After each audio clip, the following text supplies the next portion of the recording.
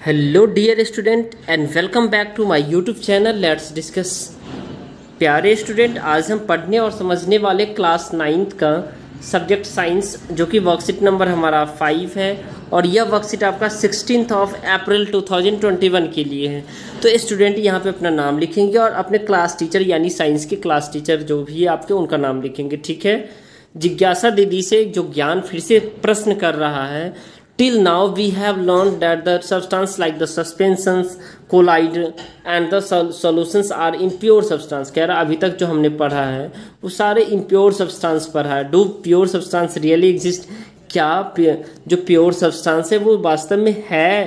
If yes then how? अगर ये है भी तो कैसे हैं? तो फिर अब ज्ञान को जिज्ञासा दीदी बताती है, many of the substances around us are in fact present in their the pure form only. जो बहुत सारे सब्सटेंस हैं हमारे अराउंड में वो प्योर फॉर्म में होता है। They are of two types, दो प्रकार के होते हैं, एलिमेंट एंड कंपाउंड। एलिमेंट के अंदर में हमने देखा है जो गोल्ड है, सिल्वर है, आयरन है, एल्युमिनियम है, ऑक्सीजन है, कार्बन है। एंड कंपाउंड्स ग्लूकोज और वाटर, ये सारे क्या है हमारे प्योर एलिमेंट है। ठीक है। प्योर जो है ना क्या है, सब्सटेंस है। Right. Element are the basic form of matter which can not be divided further into the simpler form. Elements जो है ना बेसिक फॉर्म ऑफ मैटर होता है जिसको हम सिंपल फॉर्म में डिवाइड नहीं कर सकते dear student by any chemical reactions के through. Generally these are the classified as metal, non-metals and the metalloids। और इसको हम क्लासीफाई करते हैं metal, non metal and metalloid के फॉर्म में। On the basis of their the properties all of these are very useful for us. उसके properties के according ये तीनों जो है ना मेटल, नॉन मेटल और मेटेलॉइड बहुत ही हेल्पफुल होता है, यूजफुल होता है डियर स्टूडेंट। तो चलिए हम स्टार्ट करते हैं मेटल्स। ठीक है, नॉन मेटल्स और मेटेलॉइड। तो ये सारे एलिमेंट के टाइप्स है डियर स्टूडेंट, फर्स्ट, सेकेंड और ये थर्ड है। राइट।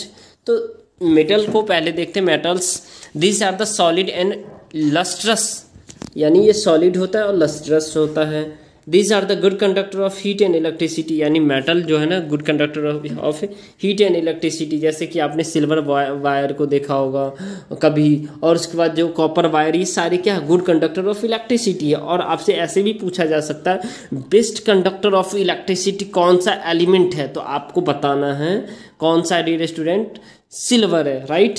क्या है, सिल्वर है। These are the ductile in the nature, यानी कि मेटल क्या है, इसका नेचर डक्टाइल होता है। Can be drawn into the wire, जिसको वायर में कन्वर्ट कर सकते हैं, जैसे गोल्ड का वायर, जिसे हम पहनने वाले जो भी हम आभूषण वगैरह बनाते वगैरह है। ठीक है डियर स्टूडेंट।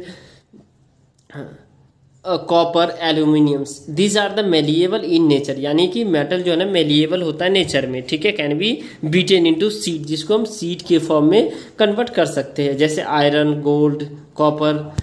राइट।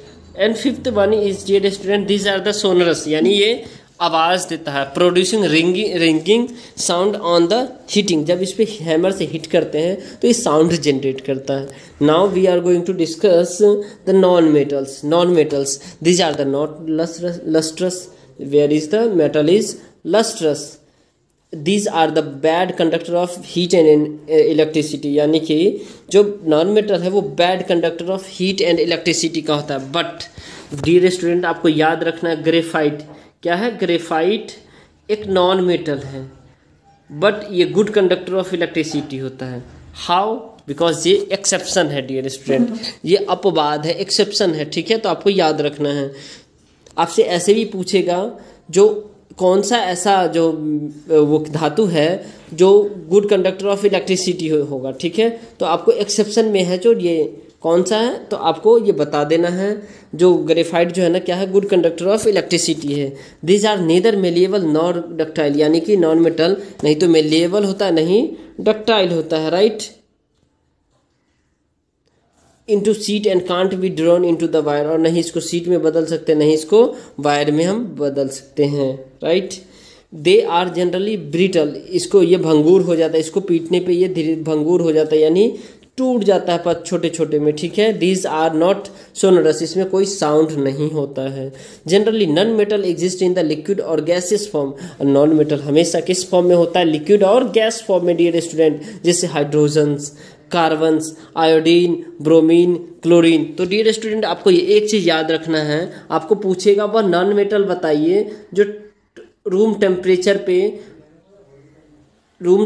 पे लिक्विड होता है, ठीक है। नॉन मेटल क्या बताना है, नॉन मेटल। तो आपको नॉन मेटल पूछे तो आपको ब्रोमीन लगाना है, क्या लगाना है, ब्रोमीन लगाना। अगर मेटल पूछे जो रूम टेम्परेचर पे जो लिक्विड रहता है, लिक्विड के स्टेट में, वो आपका हो जाएगा डियर स्टूडेंट, जो मेटल में है वो आपका हो जाएगा मरकरी।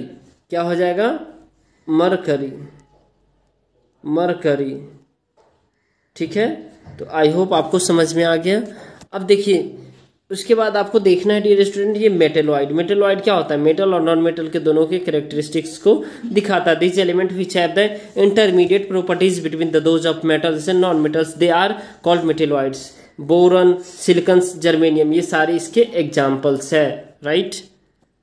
अब हम देखते हैं डियर स्टूडेंट इसमें जो कुछ क्वेश्चंस है जिसको हम सॉल्व करते प्रॉपर वे में, राइट। तो चलिए हम इसे सॉल्व करते हैं।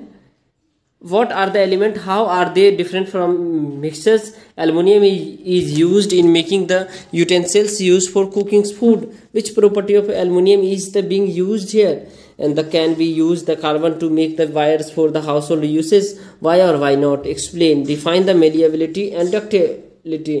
तो इस सब को हमें डिफाइन करना। तो चलिए हम इसे स्टार्ट करते हैं डियर स्टूडेंट इसके क्वेश्चन आंसर को। क्लास 9th है, science worksheet number 5 with easy solution के साथ dear student. Question number first, what are elements, how are they different from mixtures? Element is a substance made up of only one type of substance while the mixture is made up of more than 2 or more elements or compounds which have not reacted to bound together. I hope आपको समझ में आ गया dear student. And now move on the question number 2. Aluminium is used in making utensils used for the cooking food. Which property of aluminium is being used here? कौन सा property use हो रहा है, ठीक है। Aluminium is used in the making utensil, ठीक है। Aluminium को हम बर्तन के रूप में काम करते हैं because it form a layer of the protective oxide. और ये कौन सा लेयर करता है, प्रोटेक्टिव ऑक्साइड का, that prevent the from the further reaction, जो रिएक्शन से ये प्रोटेक्ट कर लेता है। And it is good conductor of heat and electricity. तो एल्युमिनियम क्या होता है, good conductor of heat and electricity. The properties of the aluminium is being used here, good thermal conductivity, कौन सा, good thermal conductivity and the high melting point, right dear. I hope आपको समझ में आ रहा है डियर स्टूडेंट।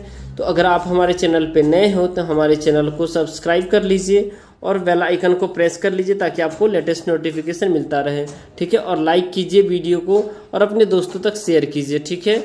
चलिए अब next हम देखते हैं। Can we use carbon to make the wires for household usage, why और वाई नॉट? एक्सप्लेन। क्या हम यूज कर सकते हैं और कर भी सकते तो कैसे, और नहीं कर सकते तो क्यों नहीं कर सकते हैं? तो मैंने लिखा दोनों कंडीशन हमने लिख दिया है, ठीक है। कर भी सकते हैं और नहीं भी कर सकते, कैसे, ये भी है। Yes, we can use carbon for making household wires because carbon can also conduct electricity and it is now replace the copper wire. और इलेक्ट्रिसिटी यूज करता है और कार्बन जो है कॉपर वायर को रिप्लेस कर देता है। वेयर इज दूसरे पॉइंट में हम कहते हैं नहीं, we can not use carbon, we can not use carbon. इसका कार्बन को आप ऐसे लिख लेंगे डियर स्टूडेंट, ठीक है।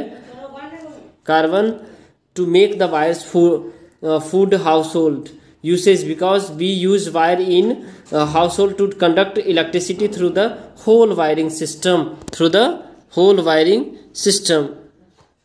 Dear student यहाँ पे 4 लिख लेंगे, ठीक है। फोर हाउस होल्ड यूसेज, ठीक है। यहाँ पे 4 लिख लेंगे तो ये हो जाएगा क्लियर, ठीक है।